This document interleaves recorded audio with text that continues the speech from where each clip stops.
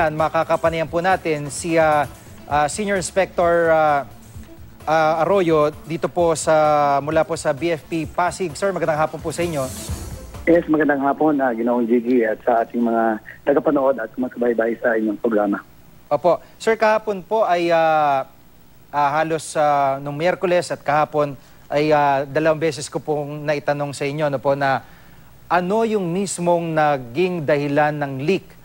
Dahil una po nakita nyo may leak kaya sumabog, pero ano mismo yung naging dahilan ng leak? Ngayon po natagpuan nyo na may kalawang po yung mga parang piping system nila. So, paano po yung inspection talaga dito?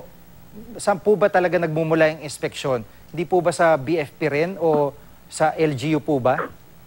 Opo, ang in-inspect po ng aming ahensya ay patungkol sa lahat ng fire safety measures ng kumpanya.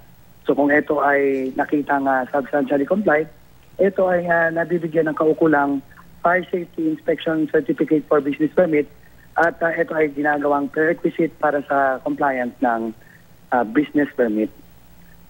So during last inspection conducted by our Fire Safety Inspection Office, nabigyan ito ng FSIC last September of 2016.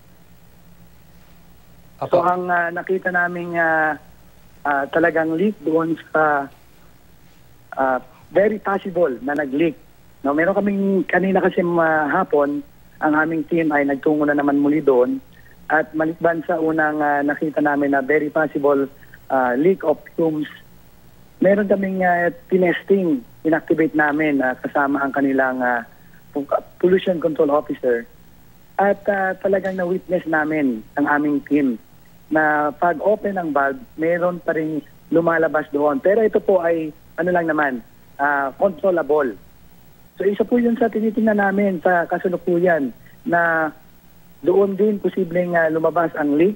At isa rin po yung aming una nang nakita ay yung kinakalawang sa taas banda ang bahagi ng nasabing billet or bullet tank.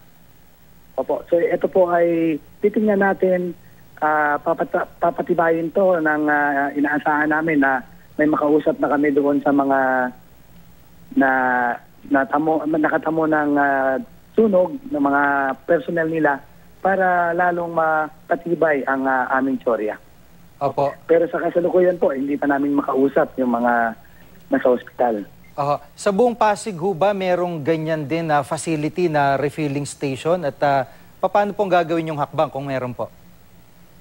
Meron po. Meron pang ibang mga ganyang LPG station. So yun po, talagang immediately magkakandak ang Fire Safety Enforcement section ng another precautionary measure ng inspection.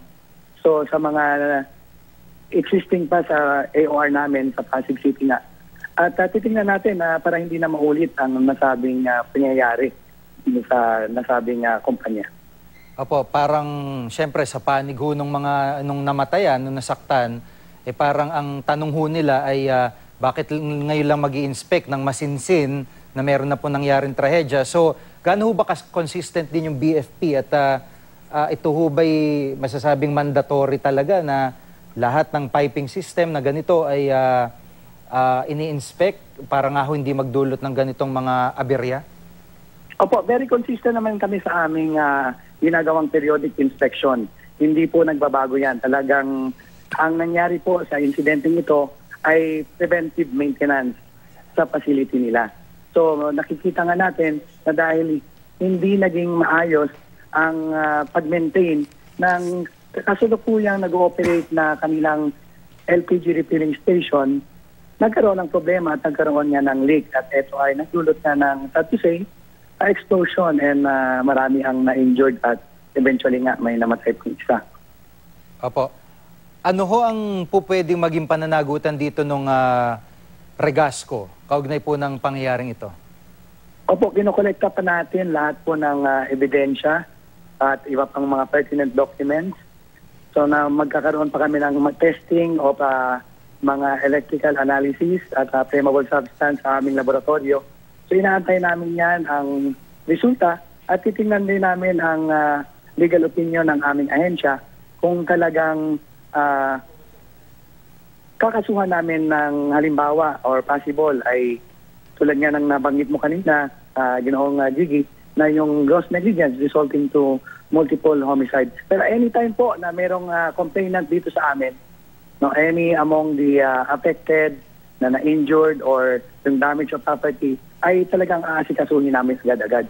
So far po sa complainant, wala pa kaming natatanggap sa kanino mang individual o any company. Apo. Maraming salamat po sa impormasyon, Fire Senior Inspector Anthony Arroyo. Maraming salamat din po at magandang hapon sa inyo.